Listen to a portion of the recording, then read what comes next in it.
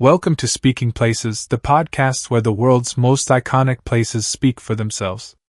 Today, we take you to the heart of Athens, to a high hill of marble and myth.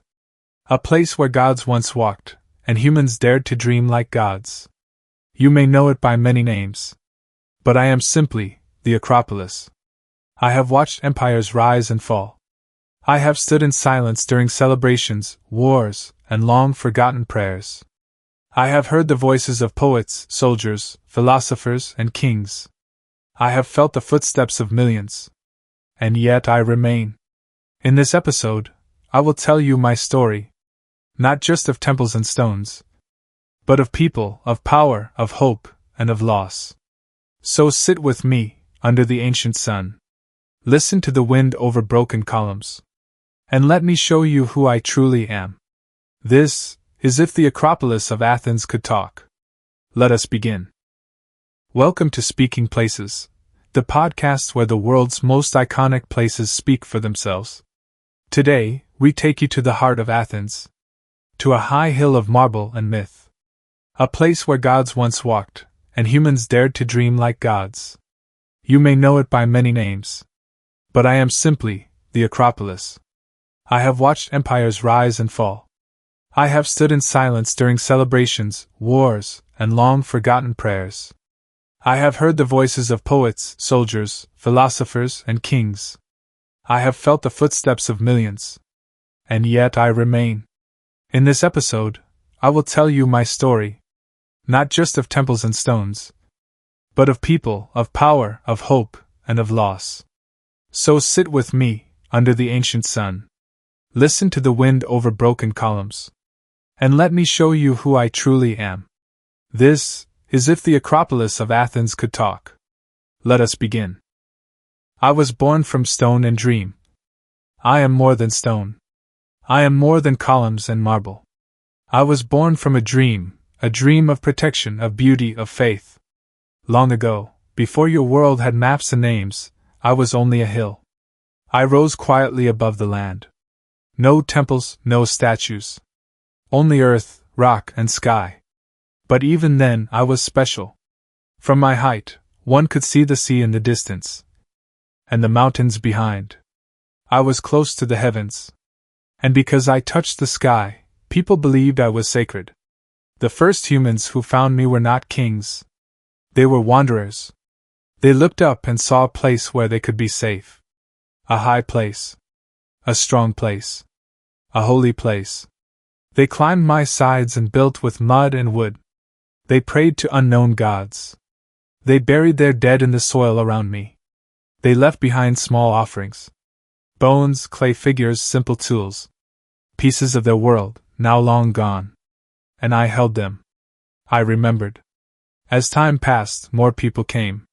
They brought new gods with them. Spirits of the sky, the sea, the earth. They built the first walls around me. Not grand but firm. They made me a fortress. A place of shelter, and sometimes of war. Still, they dreamed. They dreamed of something greater. And then, one day, she came. The goddess Athena. They say she was born from the head of Zeus. Strong, wise, and full of light. They say she offered this city a gift. An olive tree, a symbol of peace, life, and wisdom. In return, the people chose her. And from that day, this city was called Athens. And I became her hill. The Acropolis. The high city. The sacred crown of Athens. Temples began to rise on my back. Small at first, but full of purpose and hope. Each stone placed with care. Each statue carved with love. Each prayer whispered with meaning. They lit fires at night to thank the gods. The smoke curled into the stars. Music echoed against my cliffs. And the footsteps of priests and pilgrims marked my paths. I watched as the city below me grew. Houses spread like rivers from my feet. The agora, the heart of the city, filled with voices.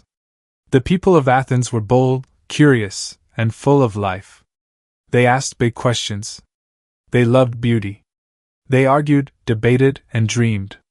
And still, they climbed to me. To pray. To honor. to remember who they were. Sometimes there was war. The world beyond Athens was not always kind. Enemies came with fire and sword. But I stood strong. I held their treasures, their hopes, and their gods. I did not fall. But my story is not only about temples and gods. It is also about the minds of people. The thoughts they shared.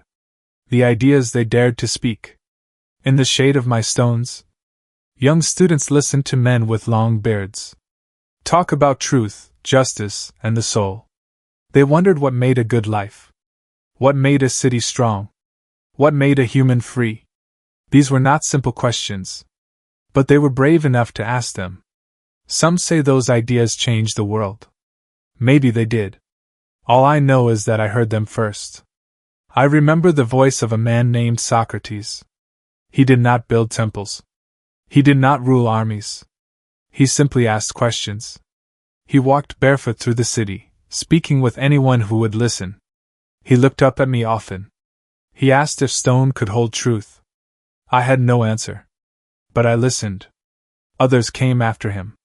Plato, Aristotle. They studied, taught, and dreamed beneath my sky. Ideas were born here.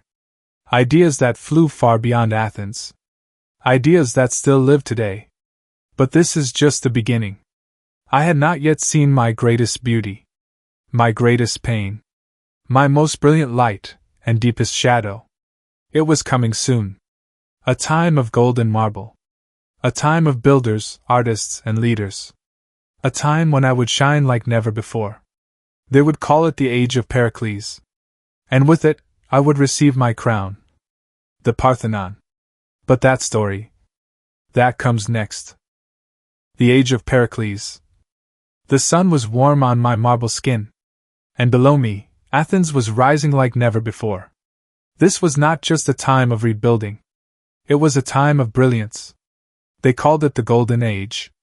And the man who led it, they called him Pericles.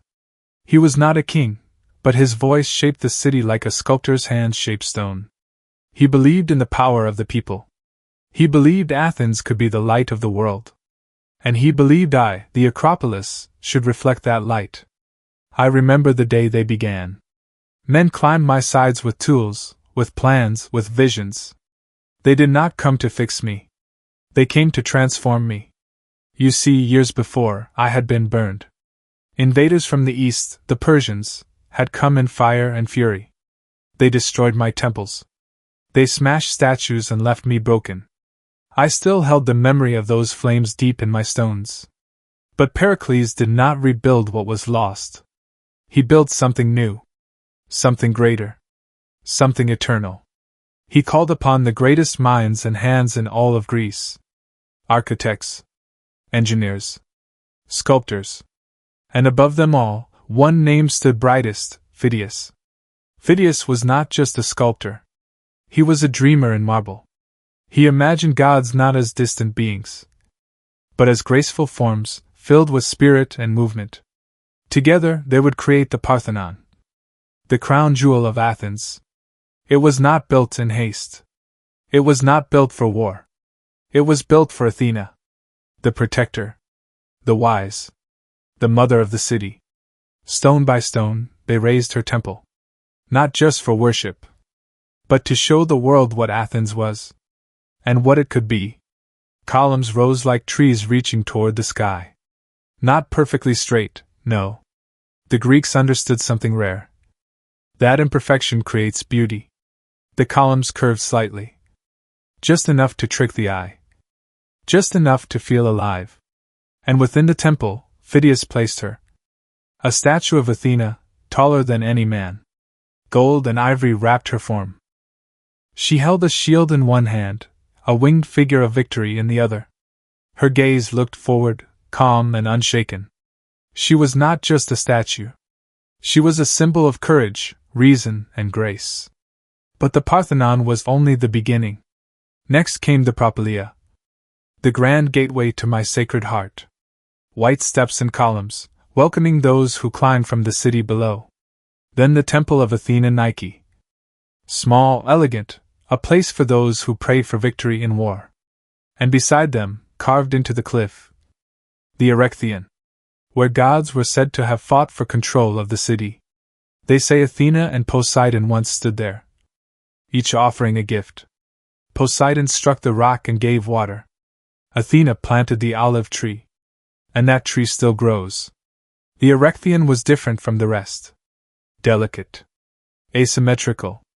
Its porch held statues of women, the caryatids, strong and graceful, holding up the roof with their heads. They stood in silence, but they spoke with posture. They said, "We are here. We carry our world with pride." During this time, my hill was alive. Workers sang as they shaped stone. Philosophers debated in the shade.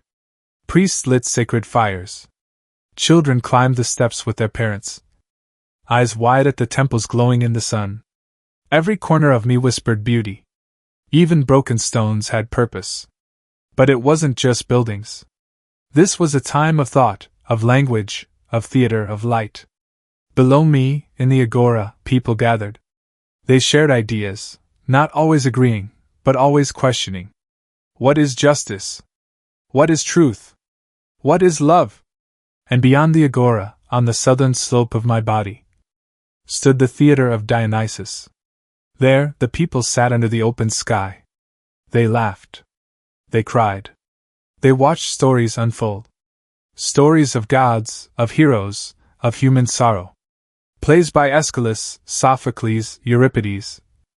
Born in the very breath of this city, Athens was alive. And I was its heart.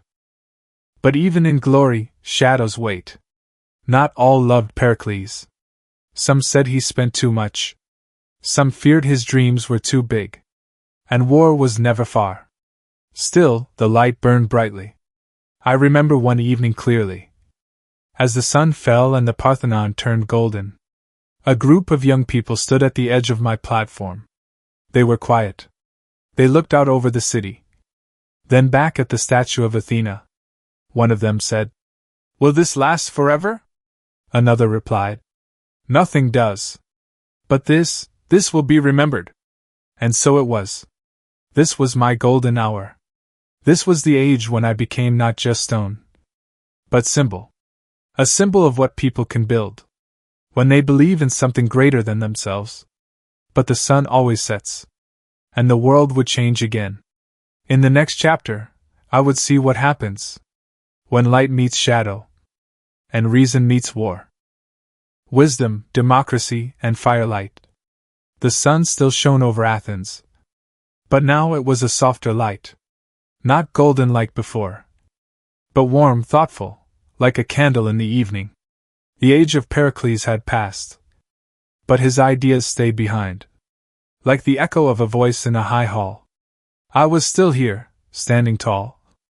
My stones warm under the sun. My steps worn smooth by the feet of dreamers and believers. Below me, the city was alive with words. Not swords, not gold, but words. Athens had become the city of thought. And the thought that grew strongest, the one that changed everything, was this: the people should rule themselves. This was democracy. Not perfect. Not always fair. But it was the people's voice. They gathered in the Nix, a hill facing me from the west. There, free men stood and spoke. They debated laws, judged trials, decided war and peace. No kings. No gods. Only citizens standing together. Some days they argued for hours. Some days they voted in silence. But every day, they shaped their world with words. I watched from above. I listened. And I felt proud. Even my stones held this new spirit. They no longer belonged only to gods. They belonged to the people. They came to me not just to pray, but to think, to reflect, to wonder. Young students sat on my steps, scrolls in hand, questions in their hearts. They looked up at the statues of Athena, Nike, and the gods, and asked, "What does it mean to be good? What is justice? Why are we here?" And teachers answered with more questions. Not to confuse, but to awaken. I remember Socrates well. He wore no fine clothes. He had no temple or title. But he had a mind like fire. He walked barefoot through the streets, asking simple things. What do you know? Are you sure? Can we be wise, even if we know nothing? People laughed at him, or grew angry. But others, they listened. He believed truth lived in conversation. Not in books. Not in temples. But in the space between two honest voices. He never wrote a single word. Yet his words still echo through time. His student Plato was different. Quieter. Careful. He wrote everything down. He dreamed of a world where ideas ruled. Where the soul had shape. Where justice was more than law, it was harmony. And then came Aristotle. Student of Plato.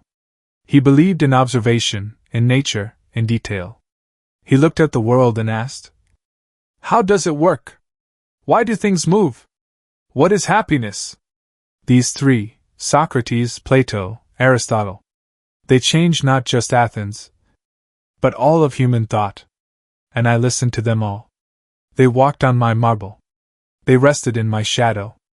Their voices, sharp and soft, still live in my cracks. But Athens was not only thinking. It was also creating. Theaters below me filled with life. Masks and music. Tragedy and comedy. Euripides, Sophocles, Aristophanes. Their stories held mirrors to the people. They laughed at power. They wept for the weak. They showed the pain of war. The danger of pride. The sweetness of love. Athenians saw themselves on stage. And in seeing they changed. At night, the city glowed with oil lamps. Fires flickered on balconies. Music drifted through stone alleys. And up on my hill, the wind carried all of it to me. I stood in silence. But I was never alone. Even the olive trees whispered stories. Still, not all was peace. Democracy had cracks. It favored the rich. It excluded women, slaves, and many who lived in the city. Even great minds could be cruel. And fear often shouted louder than reason. One day, they turned against Socrates. They said he was corrupting the youth, disrespecting the gods. They made him drink poison. And he died quietly. With calm words and a curious mind. I grieved that day. The stones felt colder. The light less bright. Democracy can be wise, but also dangerous when guided by fear. Yet still, the city tried. Still, it thought and questioned and hoped. These were not easy times. Athens faced enemies from outside and within. Wars drained her strength. Power tempted her leaders. And yet, the spirit of this age, the firelight of ideas, it stayed with me. It burned low, but it never went out. Even when the world grew darker. Even when war would return. And empires would come to claim me. The Parthenon still stood. My steps still welcomed thinkers. And the voice of Athens, not of kings, not of armies, but of people, still echoed in my marble bones. What happened next was not glory. It was pain. But pain, too, is part of history. In the next part, I will tell you how fire returned to my hill. Not of thought, but of war. In the shadow of war, the wind changed. It was still warm, still dry, but it carried a different sound. No longer just music, poetry, and laughter. Now, there were echoes of marching. Shouts from distant hills. And the sharp ring of metal against metal. The golden age was fading. Athens, for all its beauty and wisdom, had made enemies. And those enemies were getting stronger. For years I had watched the city grow. Its mind, its art, its courage. But beneath that greatness, something darker had also grown. Pride. The kind that blinds. The kind that believes it cannot fall. Athens had become a shining star. But stars often burn too hot. Across the land, in the city of Sparta, men trained not in poetry, but in silence and war. Their lives were shaped by discipline, not discussion. And they watched Athens with careful eyes. At first, the two cities lived side by side. Different, but respectful. But then came disagreements. Small ones, at first. Who would lead? Who would control the sea? Who would decide the future of Greece? Words turned to threats. Threats turned to battle. And soon, the greatest minds in the world were swallowed by the noise of war. They called it the Peloponnesian War. It lasted nearly 3 decades. And I witnessed it all. From my high perch, I saw fleets leave the port of Piraeus. Sails full, warriors proud. Some never returned. Below me, the city grew anxious. Theaters emptied. Markets grew quiet. Philosophers' voices faded under the roar of soldiers' boots. Pericles, the man who once dreamed in marble, now wore the weight of war on his back. He told the people to stay behind the walls, to trust in reason, to wait. But the war did not wait. Soon, sickness came. Not from swords, but from within. A plague swept through Athens. It filled the streets with moans. It emptied homes. It turned the city of light into a city of mourning. Even Pericles, the builder of my crown, was taken. His death was not loud. It was a quiet defeat. A crack not in stone, but in the heart of Athens. Still, the war dragged on. Generals replaced leaders. Speeches turned bitter. Accusations flew faster than arrows. I watched friends turn against each other. I heard lovers speak in whispers. I saw temples visited less and less. The Parthenon still stood, strong and silent. But inside, Athena seemed to watch with sadness. She had protected the city. But even a goddess cannot stop men from fighting themselves. There were victories, yes. Brief moments when the city cheered. When flags waved from my walls. But they never lasted. And then, the final blow. In 404 BC. After years of struggle. Sparta won. Their ships blockaded the harbor. Their warriors entered the city. Athens surrendered. And I stood still, watching the dream dim. There was no great fire. No earthquake. No gods striking from the sky. Just quiet. Athens was no longer the center of the world. Its golden voice had cracked. But the people still came to me. Some climbed slowly, heads low. Others knelt before the old altars, unsure if their prayers would be heard. I held them, as I always had. Through glory and grief. Time passed. New voices rose. Leaders tried to rebuild, to find light again. And they did for a while.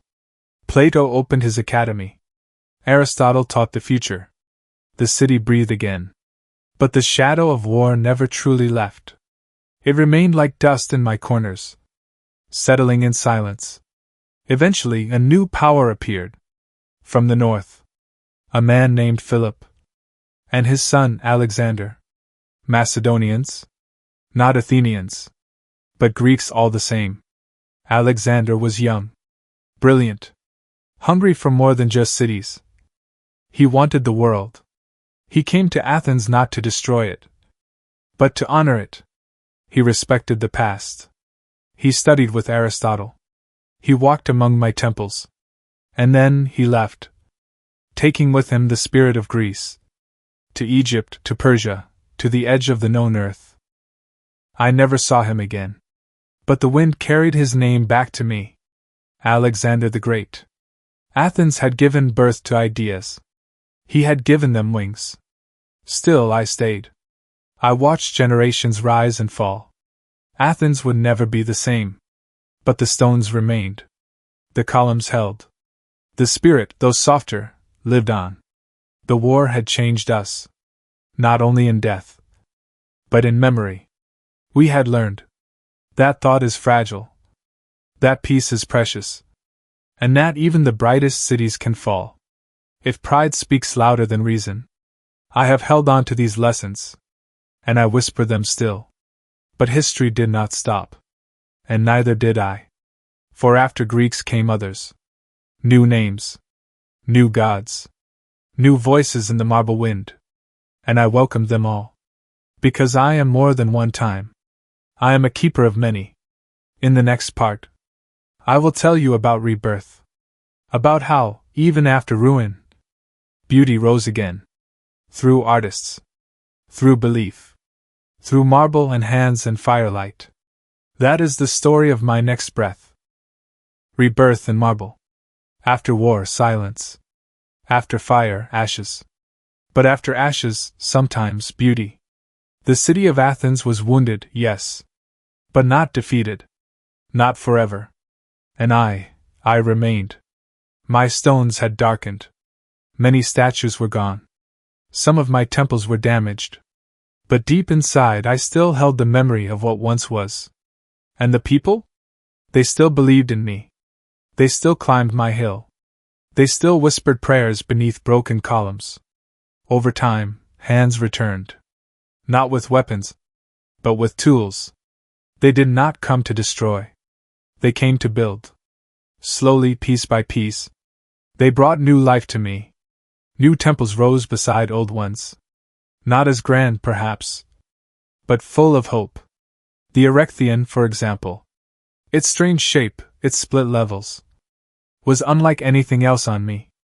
Its porch of maidens, the Caryatids, stood in silent strength, carved not as symbols of power, but of grace and dignity. Each held the roof with calm hands, as if saying, "We carry the weight of history, and we do not bend." Beside them grew an olive tree, small but sacred, said to be planted by Athena herself. Its leaves shimmered in the sun. Its roots dug deep into the same soil that had seen gods and war alike. There was no longer the same glory, no golden age, but something else grew in its place. A quiet kind of strength. Philosophers still walked the agora. Artists still shaped clay and stone. Stories were still told under the stars. And through all of it, my temples watched. The Parthenon, though scarred, still stood. Its columns cast long shadows at sunset. Inside, Athena's great statue was gone. Melted, stolen, forgotten. But the space where she once stood still felt sacred. Visitors came from other cities, even other lands. They stood in silence. Some wept. Some simply looked up. I think they saw something in the marble. Not just beauty, but memory. A reminder of what people can build when they believe in something higher. This was not the loud kind of rebirth. It was not full of trumpets or cheers. It was slow, gentle, like a candle lit in the dark. And I welcomed it. Because I knew history is not made only of victories. It is also made of what we choose to protect and what we choose to rebuild. My stones may have changed. My statues may have faded. But I was still here. Watching. Waiting. Hoping. In the next part, the world will shift again. For new empires are coming. New gods. New names. But I will stand. As I always have. And here, for now, we pause our story. The Acropolis has shared with you its earliest memories. From sacred temples built for gods, to Roman arches, and the quiet rise of new faiths. We've walked through marble and myth, through echoes of philosophy, power, and belief. But this hill of stone and spirit still holds more. In the next part of the journey, you will hear how the Acropolis endured even greater change. How war, fire, and silence tried to erase its voice. And how, somehow, it continued to stand. Because places like this do not simply crumble. They remember. They wait. And when the world is ready, they speak again. So join us tomorrow, as the Acropolis continues its story. Through conquest, collapse, and the slow return of light. Thank you for listening to Speaking Places podcast. If this story touched you, don't forget to subscribe and share. We'll be waiting for you in part 2.